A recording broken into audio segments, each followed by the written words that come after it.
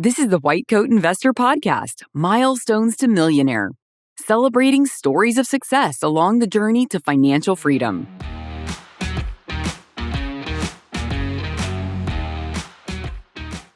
This is Milestones to Millionaire podcast number 219. Veterinarian gets back to broke in 10 months. Full disclosure, what I'm about to say is a sponsored promotion for locumstory.com. But the weird thing here is there's nothing they're trying to sell you. Locumstory.com is simply a free, unbiased educational resource about locum tenens. It's not an agency. They simply exist to answer your questions about the how-tos of locums on their website, podcast, webinars, videos, and they even have a Locums 101 crash course. Learn about locums and get insights from real-life physicians, PAs, and NPs at locumstory.com. All right. Thanks for being out there in white coat investor land. I know not all of you are hardcore do-it-yourselfers, and that's okay. You can be financially successful without taking this on as your favorite hobby. A lot of you, in fact, are delegators. You want a money person that you can dump all this stuff on and have them take care of it. Well, the best place to find a high-quality financial advisor that would give you good advice for a fair price is our recommended advisor list. If you go to whitecoatinvestor.com/financial-advisors, or just go to the recommended tab on the website, you will see this list of folks. And know that at least, you're paying a fair price, getting good advice, and you're going to be successful anyway. Does that maybe happen slightly slower than if you became a hardcore do-it-yourself or hobbyist? Yeah, probably. I mean, those fees have to come out of your returns. That's just the way the math works. But you are way better off paying a fair fee and doing things right than you are doing things wrong. So keep that in mind. All right, we have a great interview today. And afterwards, stick around. We're going to talk for a few minutes about mutual funds. Our guest today on the Milestones to Millionaire podcast is Jack. Jack, welcome to the podcast. Thanks so much for having me. Let's start by introducing you to the audience. Tell us what you do for a living, what part of the country you live in, and how far you are out of your school or training.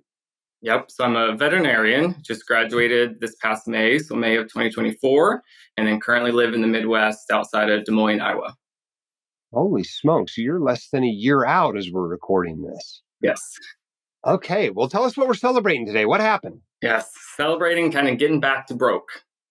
Back to broke, or have you completely paid off student loans, or where are you at? I have just a small amount left, and we're kind of in the process of purchasing a home here. So the mortgage guy told me not to pay any more on the loans and kind of just stockpile a little bit up for the down payment. So a little bit of cash is helpful in that situation for sure. Okay, so when you came out of veterinary school last year, how much money did you owe, and did you have any other assets at the time? I owed about $145,000 when I graduated and had no assets at the time. Okay, so your net worth when you're starting out this career was minus 145, right? Yes. And you're back to broke just 10 months later. Yes. That's pretty cool. I mean, my understanding is a whole lot of vets out there come out of school and they are not making six figures. So tell us about your income over the last year. Yeah, it definitely, the wages of veterinarians has increased, over the past couple of years significantly. My wage starting out, I just took a full-time job, and that was at about $115,000 base salary, but getting production on top of that. I only stayed there about 6 months, but at that 6-month mark, I was on track to make about $180,000 per year, which for vets is great money, just working 4 days a week. But also on the side, I started offering or doing in-home euthanasia services. So that has greatly supplemented my income, kind of as a little side hustle. Yeah. Not a side hustle that physicians, human physicians are able to do in most states, I don't think, but certainly a creative one. Okay, so the numbers don't add up here. I mean, 180,000, even if you made that in the last year, you haven't even been out a year. Your net worth has swung, $145,000. What the heck? What happened? How did you do this? What are you eating? So the 6-month mark, I would say, was the most pivotal. I quit my full-time job and kind of went more to locum or relief status. And that has drastically expanded my income, almost doubled. And then as well as giving more time to do the in-home euthanasia appointments, kind of on track now to be earning about $300,000 this year. Wow. That seems really good for a vet. Yes. I've looked at some veterinary salary surveys and the averages are nowhere near $300,000. How did you learn that sort of earning is possible in your field? It was honestly all thanks to you. I was listening to you on your podcast in vet school, and it was, you can double your income pretty easily. So I was just, trying to navigate different situations or different ways, to help increase my income here. The in-home euthanasia was great. It's, on average, an extra 4,000 to 8,000 per month that I'm earning through that. And then the relief, like I said, I mean, the rates are basically just double of what I would be if I was a full-time employee. And I bet that's a great service for families. I mean, I assume these are pets mostly, right? Yes. These are dogs, these are cats. They've got cancer, or they've got a broken bone, or their body's filled with tumors or whatever. And the family's ready to put them down. And now they get to do it at home, surrounded by loved ones, painlessly. So that's a pretty cool service you're offering. It's awesome. I do it through a company called Coda Pet, but I'm technically like a 1099 independent contractor through them. So they do kind of all the marketing and back end stuff, and then I kind of run the business, here in Des Moines. Okay. So you've clearly become, not only financially literate, but financially disciplined pretty early in your career. How did that happen? I'd say my parents kind of raised me this way. Nothing was ever kind of handed to us growing up. Had to buy my first car at 16, had to pay for college out of pocket. I only did 2 years of undergrad, so that helped, significantly in terms of undergrad debt. And then going into vet school, I was fortunate enough to have or go to my in-state school, so that helps tuition drastically. If you weren't buying the house now, would you have the student loans completely paid off? Yes, yeah. I'm about, I would say, 20,000 cash net positive. Yeah. Did you think, when you were starting vet school and you're thinking, oh, I'm going to have to borrow a whole bunch of money for this, did you think you were going to have your student loans paid off in less than a year? My goal initially when I started was 2 years. I said I knew I could, live cheaply and, kind of work hard the first year. So my initial goal was 2 years. And then I started doing it and I was like, this can actually be done a lot faster. So that kind of got me motivated and kind of got me moving. Is there a partner, a spouse, any kids in the picture here? No kids, but do have a fiance. She's also a veterinarian, but she's kind of going on for advanced training. She's in her internship year currently. Okay. So not a ton of income being contributed there, I presume. No. Okay. So even so, you're doing a pretty good job controlling expenses. Do you have any idea what you spent per month over the last 10 months on your lifestyle? I'm about 2,500 to 3,000 a month. Very fortunate. Our rent here is very, very cheap. We have a 4-bedroom house here outside of Des Moines for about $1,000 a month. So me and my fiance split that. So that helps a lot. And then I do have a horse. So that is a little bit of an expense. And I do like to travel about once a month. So that is kind of where the extra money goes to as well. Sure. Very cool. So, I mean, it's pretty easy to describe the way you've been living the last year as kind of a live like a resident period, if you will.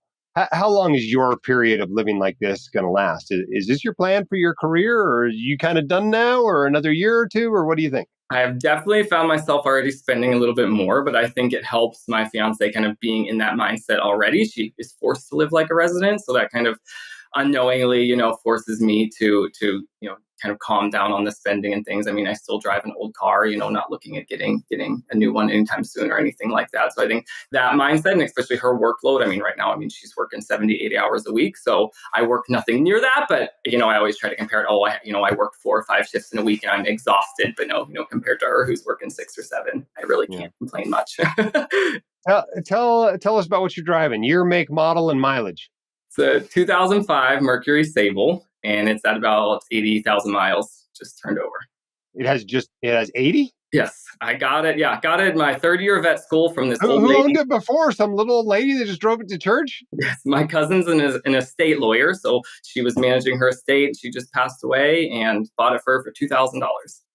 Wow. Okay. Well, you got a lot of miles left in that car, actually. A couple of years ago, I was driving a 2005 as well. That Sequoia that I just exchanged literally 2 years ago was an '05. It had far more than 80,000 miles. I think by the time I was done with it, it had 280. But that's pretty cool. That thing's old, but maybe not so worn out yet. No. Very cool. Okay, so tell us what other, lifestyle hacks, tips you have here to be, living on 2,500 or $3,000 a month. That's pretty remarkably inexpensive compared to most people in the white coat investor community. Sure. We do a lot. I'm really big on meal prep, so we do a lot of cooking at home, meal prepping for the week. Usually, Sunday or Monday, we make breakfast, lunch, dinner almost for the whole week. So that saves a lot on eating out, Uber Eats, things like that. I'm not one that loves Starbucks or anything. So we're really not, going out to eat a whole lot. So the meal prep is definitely a big factor. And then our lifestyle. I mean, I don't do a whole too much, day to day going, to different shows or things. I mean, we're in the Midwest. There's not a whole lot to do, unfortunately, in terms of entertainment. But I do travel frequently, but I'm more of a budget traveler. So going to places where I already have friends to stay with, things like that. So I have a lot of good buddies out in Colorado, just came from a trip, and now going to Florida with a couple friends from high school next month. But we're all just renting an Airbnb, and it's going to be like $400 round trip for the Airbnb, airfare, and food. So pretty cheap travel. Yeah.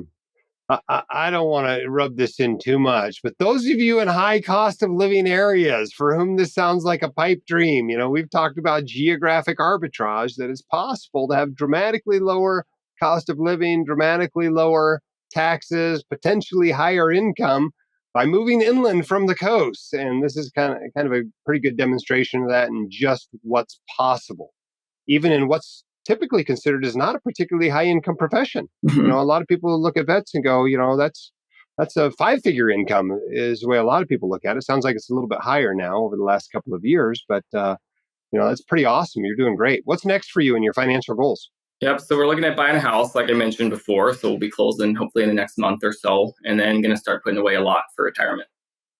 Very cool. And pretty soon you're going to have another shovel going. Yes. That'll make a difference as well. Awesome. Well, was this easier or harder than you thought it was going to be a year ago? I would honestly say it's been a lot easier. I'm truly not working, 80 hours a week, working all the time. So that aspect makes it a lot easier. I would say I'm working what the average veterinarian works 3 to 5 shifts a week. What would you say to somebody out there that wants desperately to be a veterinarian, but is scared? They're scared to take on the debt to get through school. I would say be smart about which school you go to. If you're able to go to your in-state school, or there's a couple schools out there that allow you to get in-state tuition after your first year. I would say be, pretty smart about that. And then your cost of living while you're in school. I had roommates all 4 years. My rent was only $300 a month in Missouri. So that, drastically helped keep costs of spending down while I was in school, and then keeping the amount of debt that I had down as well. $300 a month. Was that the whole apartment? Did you have a roommate? Were you renting a room in somebody's house? Had three roommates. So it was about $900 a month for the whole place. Yeah, very cool. Well, Jack, congratulations on your success. Through frugality and smart decisions and hard work, you have become very successful in a very short period of time. And I have no doubt that you're going to reach whatever financial goals you set for yourself. Thank you so much for being willing to come on the podcast and inspire others to do the same. Yeah, thanks for having me. All right. We get a lot of flack out there. We get flack because we feature people on this podcast that got a bunch of family help, or they have some ridiculously high income, right? They're making $800,000 a year. And of course, they became financially successful relatively quickly. But you know what? The last few interviews we've had are people that didn't have that high of income, that maybe weren't even in a what a lot of you consider to be a high-paying specialty or a high-paying field. And yet they've still become financially successful by becoming financially literate, by becoming financially disciplined. I mean, in this case, we have somebody that's made, 2x or maybe 3x what the average person in their field makes. And I've told you this frequently, right? That it's easier to double your income than most people think it is. And that the variation in pay among any given specialty or any given profession is much higher than the difference between the averages of professions or specialties. And I mean that. You can increase your income. And for most of us as high income professionals, our income is our main wealth building tool. That is what you use to build wealth. You have to turn that high income into a high net worth if you ever want to be financially successful, if you ever want to have financial freedom. And Jack's done a great job of that. So I appreciate him coming on and talking about, the early success he's had in his career. Now, he's just barely back to broke at this point, right? He's not a gazillionaire by any means, but I have no doubt he's going to get there by applying the same principles that he's been applying, right? Paying off student loans is a little bit like a test run for financial independence. And if you can pay off your student loans in 1 or 2 or 4 years, you can become financially independent in 15 or 20. It's the same financial muscles you're using. It's the same, budgetary techniques that you're using to do both of them. So use that student loan period, live like a resident period, to train yourself and to do a test run for becoming financially independent and performing that greatest task of your financial life, which is saving up a nest egg that will support you the rest of your life. Now, at the beginning of this podcast, I told you we're going to talk a little bit about mutual funds. And the reason why is that mutual funds are the main way that most people save for their long-term goals. And it should be the main way that most people save for their long-term goals. And there are obviously lots of mutual funds out there, but the ones that I think most people ought to be using for the vast majority of their portfolio are index funds, low cost, broadly diversified index funds. We're talking about things like a total stock market index fund. And you can buy these from Vanguard or Fidelity or iShares/BlackRock or from Schwab or wherever. Low cost, broadly diversified index funds. There are total international stock market index funds. If you want some sort of a tilt in your portfolio, maybe you want to tilt towards small value stocks because you're convinced they'll have higher long-term returns. Well, you can use an index fund for that. You might want to have some real estate in your portfolio. And if you want to use publicly traded real estate, guess what? There's an index fund for that. The bonds in your portfolio, yes, there's index funds. There's index funds, there's index-like funds. Either one's probably fine. The main point is it's broadly diversified and it's low cost, right? So what is the deal with mutual funds? Why are they so good? Well, they do a few things. Number one, you get professional management. Okay? You don't have to become an expert in this stuff. You don't have to go out there and pick your own stocks. The professional takes care of all the buying and selling of the stocks. All you have to do is dump your money in the mutual fund, take it out in 30 years, and it's done its thing, right? Professional management, that's awesome. You also get instant diversification, okay? Especially if you're using an index fund, right? You dump your money into a total international stock market fund. You just bought 10,000 of the most successful companies in the history of the world, right? 10,000 of them. Who cares if Nestle goes out of business? It's not going to impact your returns, right? Who cares if Toyota goes out of business? It's not going to impact your returns. You can do the same thing on the US side, right? You buy a total stock market index fund and you own 4,000 companies. You are broadly diversified. Okay. The other thing you get that you don't necessarily get with all investments, if you invest in a surgical center or you invest in a real estate syndication or a private real estate fund, you're not necessarily liquid. You might be locked into that investment for years. But with a mutual fund, you can liquidate it at the end of the next trading day. By 4 p.m. Eastern that day, you're out. Your money's in cash. And it might take a day or so to transfer it to your bank account, but it's totally liquid. So if something comes up or you just want to change your investment plan, you can get out. Now, in a taxable account, there's tax consequences for that. But if you're in a Roth IRA or a 401k or 457B, there's not even tax consequences, right? There's usually not any sort of fee or even commission these days. Truthfully, given the advent of low cost, nearly zero index funds out there, investing is essentially free. Now, you don't have to pay expense ratios of 0.5 or 1% or higher. You can invest for free. Beta, or the return you get from the market, is now free. So that's pretty cool.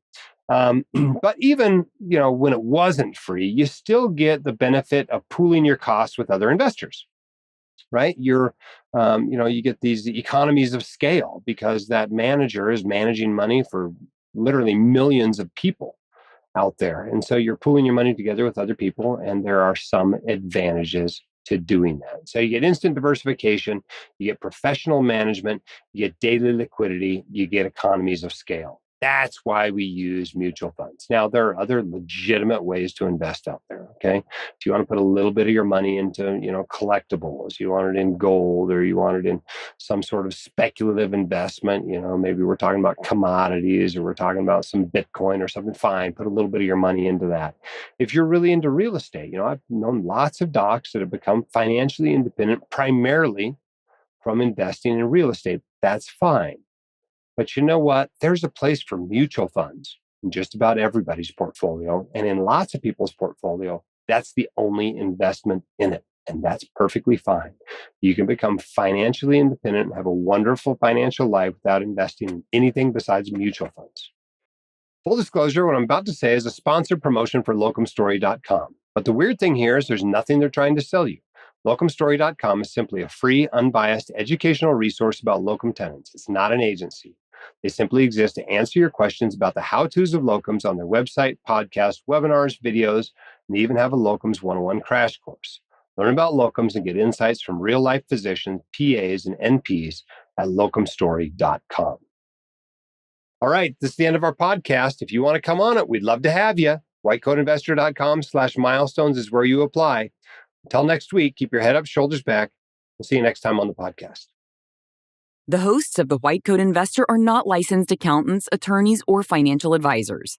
This podcast is for your entertainment and information only. It should not be considered professional or personalized financial advice. You should consult the appropriate professional for specific advice relating to your situation.